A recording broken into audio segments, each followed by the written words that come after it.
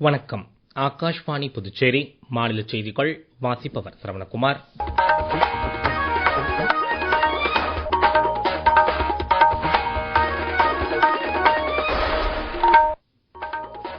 தலைப்புச் செய்திகள்.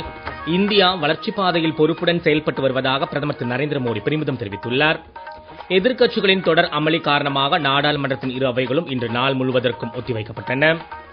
நாட்டின் 79வது சுதந்திர தினத்தை முன்னிட்டு அர்கர் திரயங்கா எனும் இல்லம்தோறும் கொடியேற்றும் இயக்கம் பல்வேறு மாநிலங்களில் நடைபெற்று வருகிறது.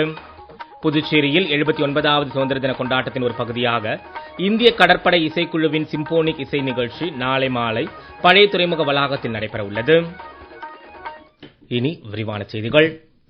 இந்தியா வளர்ச்சிப் பாதையில் பொறுப்புடன் செயல்பட்டு வருவதாக பிரதமர் திரு நரேந்திர மோடி பெருமிதம் தெரிவித்துள்ளார். புதுடெல்லியில் உள்ள பாபா கரக் சிங் மார்க்கில் நாடாளுமன்ற உறுப்பினர்களுக்காக 184 வீடுகளுடன் கட்டப்பட்டுள்ள அடுக்குமாடி குடியிருப்புகளை பிரதமர் திரு நரேந்திர மோடி இன்று திறந்து வைத்து உரையாற்றினார். இது குறித்த ஒரு செய்தி தொகுப்பு. புதுடெல்லியில் நாடாளுமன்ற உறுப்பினர்களுக்காக கட்டப்பட்ட பல மாடி குடியிருப்புகளை பிரதமர் திரு நரேந்திர மோடி திறந்து வைத்து பேசுகையில் 21ஆம் நூற்றாண்டில் இந்தியாவின் வளர்ச்சி முன்னிலையை நோக்கி செயல்படுவதாகவும் கடந்த 10 ஆண்டுகளில் நாடாளுமன்ற உறுப்பினர்களுக்காக 350 இல்லங்கள் கட்டப்பட்டு உள்ளதாகவும் தெரிவித்தார். ஒரே பாரதம் உன்னத பாரதம் என்ற அரசின் கொள்கையை பிரதிபலிக்கும் விதமாக பல்வேறு மாநிலங்களைச் சேர்ந்த நாடாளுமன்ற உறுப்பினர்கள் ஒரே இடத்தில் வசிக்க வழிவகை செய்யப்பட்டுள்ளதாகவும் இந்த குடியிருப்பு வளாகத்தில் சூரிய சக்தி கட்டமைப்பு ஏற்படுத்தப்பட்டுள்ளதாகவும் பிரதமர் கூறினார். அண்மையில் நடைபெற்ற கர்த்தவ்ய பவன் திறப்பு விழாவின் போது பேசிய பிரதமர் பல அமைச்சகங்கள் வாடகை கட்டிடங்களில் இயங்கியதால் சுமார் 1500 கோடி ரூபாய் செலவிடப்பட்டதாகவும் இதன் மூலம் அரசாங்க செலவினங்கள் அதிகரித்து இருந்ததாகவும் குறிப்பிட்டார். தற்போது நாடாளுமன்ற உறுப்பினர்கள் சிரமங்களை தவிர்த்து பொதுமக்களின் தேவைகளை நிறைவேற்ற தங்கள் நேரத்தையும் சக்தியையும் திறம்பட செலவிட முடியும் என்றும் அவர் கூறினார். பாதுகாப்பு, புதுப்பிக்கத்தக்க எரிசக்தி, திடக்கழிவு மேலாண்மை மற்றும் மாற்றுத்திறனாளிகளுக்கு ஏற்ற வசதிகளுடன் இந்த வீடுகள் உருவாக்கப்பட்டுள்ளதாக பிரதமர் திரு நரேந்திர மோடி குறிப்பிட்டார். மேலும் இந்த குடியிருப்புகள் கிருஷ்ணா, கோதாவரி, கோசி, ஹூக்ளி உள்ளிட்ட ஆறுகளின் பெயர்களுடன் வடிவமைக்கப்பட்டு இந்தியாவின் ஒற்றுமையை பறைசாற்றுவதாக அவர் தெரிவித்தார். நிலநடுக்கத்தை தாங்கும் வகையில் இந்த கட்டிடங்கள் அமைக்கப்பட்டுள்ளதாகவும் நவீன வடிவமைப்புகள் மற்றும் பாதுகாப்பு வசதிகளுடன் கூடிய இந்த குடியிருப்புகள் சிறப்பாக அமைக்கப்பட்டுள்ளதாகவும் பிரதமர் தெரிவித்தார். தொடர்ந்து பேசிய அவர் நாடாளுமன்ற உறுப்பினர்கள் அனைவரும் ஒற்றுமையுடன் செயலாற்றி தேசத்திற்கு முன்மாதிரியாக இருப்பார்கள் என்று நம்பிக்கை தெரிவித்தார்.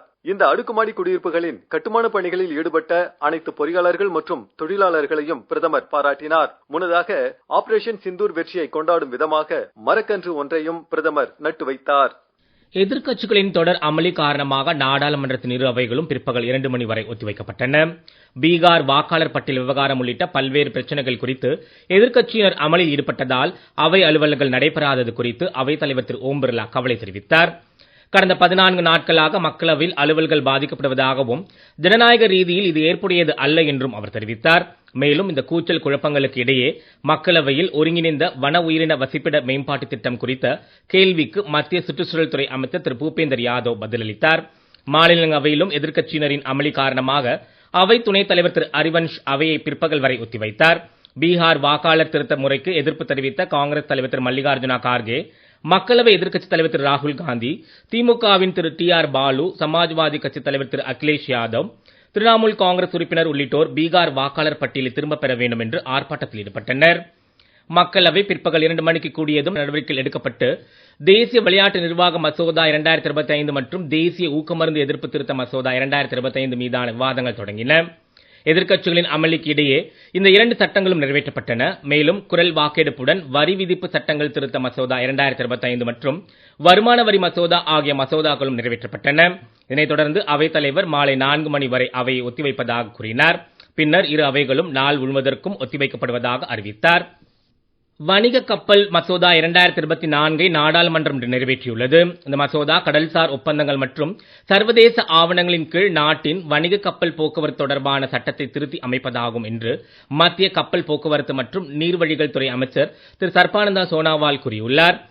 இந்த மசோதா குறித்து பேசிய அவர் நாட்டின் கப்பல் போக்குவரத்தின் வளர்ச்சியையும் தேசிய நலனுக்கு இந்திய வணிக கப்பல் போக்குவரத்து திறம்பட பராமரிக்கப்படுவதையும் இந்த மசோதா உறுதி செய்யும் என்றும், மேலும் பிரதமர் திரு நரேந்திர மோடி தலைமையில் கடந்த 11 ஆண்டுகளில் கடல்சார் துறைக்கு பல சீர்திருத்தங்கள் மேற்கொள்ளப்பட்டுள்ளதாகவும் திரு சர்பானந்தா சோனாவால் கூறினார். நீங்கள் கேட்டுக்கொண்டிருப்பது மாநில செய்திகள். நேயர்கள் ஆகாஷ்வாணி செய்திகளை உடனுக்குடன் தெரிந்து கொள்ள எமது புதுச்சேரி மண்டல செய்தி பிரிவின் சமூக ஊடகங்களான @airnews_புதுவை என்ற எக்ஸ் பக்கத்தையும், all India radio news Puducherry என்ற Facebook பக்கத்தையும், @RNU புதுச்சேரி என்ற யூடியூப் சேனலையும் அணுகலாம். செய்திகள் தொடர்கின்றன. நாட்டின் 79வது சுதந்திர தினத்தை முன்னிட்டு அருகர் திரியங்கா என்னும் இல்லந்தோறும் கொடியேற்றும் இயக்கம் கடந்த 2ஆம் தேதி முதல் பல்வேறு மாநிலங்களில் நடைபெற்று வருகிறது. இது குறித்த ஒரு செய்தி தொகுப்பு.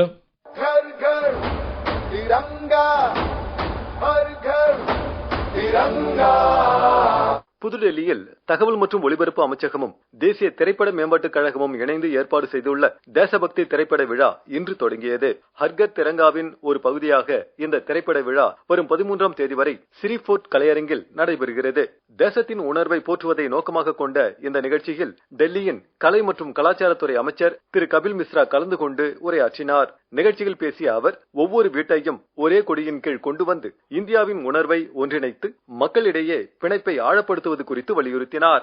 லடாக்கில் தேசபக்தி ஆர்வத்தை ஊக்குவிக்கவும் இல்லந்தோறும் தேசிய கொடியை ஏற்றுவதை ஊக்குவிக்கவும் நாடு தழுவிய பிரச்சாரமான ஹர்கர் திரங்காவின் ஒரு பகுதியாக அங்குள்ள சுற்றுலா அலுவலகமான ஜான்ஸ்கரில் திரங்கா அணிவகுப்புக்கு ஏற்பாடு செய்யப்பட்டிருந்தது. இந்த நிகழ்ச்சியின் போது வணிக நிறுவனங்கள் மற்றும் வீடுகளில் பொதுமக்கள் தேசிய கொடியை ஏற்றி நாட்டுப்பற்றை வெளிப்படுத்தினர். அசாமில் ஹர்கர் திரங்காவின் ஒரு பகுதியாக மாநிலம் முழுவதும் பல்வேறு பேரணிகள் மற்றும் நிகழ்ச்சிகளுக்கு ஏற்பாடு செய்யப்பட்டிருந்தன. ஆசாதி கா அம்ரித் மகோத்சவத்தின் கீழ் 2022ஆம் ஆண்டு முதல் தொடங்கப்பட்ட ஹர்கர் திரங்கா பிரச்சாரம் நாட்டு மக்கள் தங்கள் வீடுகளில் தேசிய கொடியை ஏற்றி தேசபக்தி மற்றும் ஒருமைப்பாட்டை ஊக்குவிப்பதை நோக்கமாக கொண்டுள்ளது.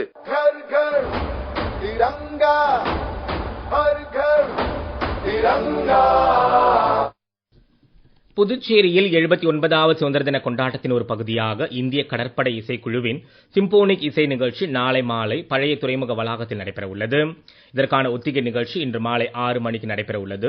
இந்நிகழ்ச்சியில் துணைநிலை ஆளுநர் திரு கைலாஷ்நாதன், இந்திய கடற்படையின் தமிழ்நாடு மற்றும் புதுச்சேரி கொடி அதிகாரி ரியர் அட்மிரல் சதீஷ் ஷெனாய் உள்ளிட்ட பலர் பங்கேற்க உள்ளனர். நிகழ்ச்சிக்கு பொதுமக்கள் வரவேற்கப்படுவதாக பாதுகாப்பு அமைச்சக வட்டாரங்கள் தெரிவித்துள்ளன. இந்திய விமானப்படை அக்னிவீர் வாயு படையில் சேர்வதற்கான தேர்வுகள் நடைபெற உள்ளது என்று சென்னை பத்திரிகை தகவல் அலுவலகத்தின் தற்காப்பு பிரிவு அறிவித்துள்ளது. தேர்வுகள் தமிழ்நாடு, புதுச்சேரி, ஏனாம், அந்தமான் நிக்கோபார் மற்றும் லட்சத்தீவுகள் உள்ளிட்ட பகுதிகளைச் சேர்ந்த திருமணம் ஆகாத இளைஞர்களுக்கு வரும் செப்டம்பர் 2 மற்றும் 3ஆம் தேதிகளில் நடைபெற உள்ளது. தெலங்கானா மற்றும் ஆந்திர பிரதேசத்தைச் சேர்ந்த ஆண் விண்ணப்பதாரர்களுக்கான தேர்வுகள் இம்மாதம் 27 மற்றும் 28ஆம் தேதிகள் நடைபெறும் என்றும், கேரளா மற்றும் கர்நாடகாவை சேர்ந்த ஆண் தேர்வர்கள் இம்மாதம் 30 மற்றும் 31ஆம் தேதிகள் நடைபெறும் தேர்வுகளில் கலந்து கொள்ளலாம் என்றும் அறிவிக்கப்பட்டுள்ளது.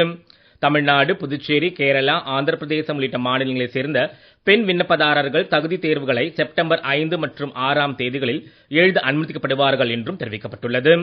ஜனவரி 1, 2005ஆம் ஆண்டு முதல் ஜூலை 1, 2008ஆம் ஆண்டு வரை பிறந்தவர்கள் ஆள் சேர்ப்பு தேர்வுகளில் கலந்து கொள்ளலாம் என்று அறிவிக்கப்பட்டுள்ளது.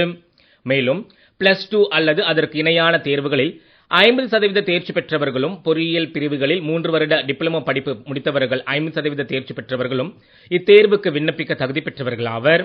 விண்ணப்பதாரர்கள் பாஸ்போர்ட் சைஸ் புகைப்படங்கள், படிப்பு சான்றிதழ், மதிப்பெண் பட்டியல் மற்றும் வசிப்பிட சான்றிதழ் ஆகியவற்றின் நகல்களை விண்ணப்பத்தோடு சமர்ப்பிக்க வேண்டும் என்று அறிவுறுத்தப்பட்டுள்ளது. 18வது சர்வதேச வானியல் மற்றும் வானியற்பியல் ஒலிம்பியாட் நாளை மும்பையில் தொடங்க உள்ளது. மும்பையில் உள்ள டாடா அடிப்படை ஆராய்ச்சி நிறுவனத்தின் ஹோமி பாபா அறிவியல் கல்வி மையம் ஏற்பாடு செய்துள்ள நிகழ்ச்சியில் அறிவியல் ஆலோசகர் பேராசிரியர் திரு அஜய்குமார் சூட், அணுசக்தி துறையின் செயலாளர் டாக்டர் அஜித்குமார் மொஹந்தி மற்றும் சர்வதேச வானியல் ஒன்றியத்தின் முன்னாள் துணைத் தலைவர் பேராசிரியர் திரு அஜித் கேம்பவி ஆகியோர் பங்கேற்க உள்ளனர். இது குறித்து இன்று செய்தியாளரிடம் பேசிய ஹோமி பாபா அறிவியல் கல்வி மையத்தின் இயக்குனர் பேராசிரியர் அர்ணா பட்டாச்சாரியா கூறுகையில், இந்த நிகழ்ச்சி மிகப்பெரிய சர்வதேச வானியல் மற்றும் வானியற்பியல் ஒலிம்பியாட் போட்டியாக இருக்கும் என்று தெரிவித்தார். 10 நாட்கள் நடைபெறும் நிகழ்ச்சியில் 64 நாடுகளைச் சேர்ந்த 288 மாணவர்கள் பங்கேற்க உள்ளனர். மீண்டும் தலைப்புச் செய்திகள். இந்தியா வளர்ச்சிப் பாதையில் பொறுப்புடன் செயல்பட்டு வருவதாக பிரதமர் திரு நரேந்திர மோடி பெருமிதம் தெரிவித்துள்ளார். எதிர்க்கட்சிகளின் தொடர் அமளி காரணமாக நாடாளுமன்றத்தின் இரு அவைகளும் இன்று நாள் முழுவதற்கும் ஒத்திவைக்கப்பட்டன. நாட்டின் 79வது சுதந்திர தினத்தை முன்னிட்டு அருகர் திரங்கா என்னும் இல்லந்தோறும் கொடியேற்றும் இயக்கம் பல்வேறு மாநிலங்களில் நடைபெற்று வருகிறது. புதுச்சேரியில் 79வது சுதந்திர தின கொண்டாட்டத்தின் ஒரு பகுதியாக இந்திய கடற்படை இசைக்குழுவின் சிம்போனிக் இசை நிகழ்ச்சி நாளை மாலை பழைய துறைமுக வளாகத்தில் நடைபெற உள்ளது. இத்துடன் இந்த செய்தியறிக்கை நிறைவு பெறுகிறது. வணக்கம்.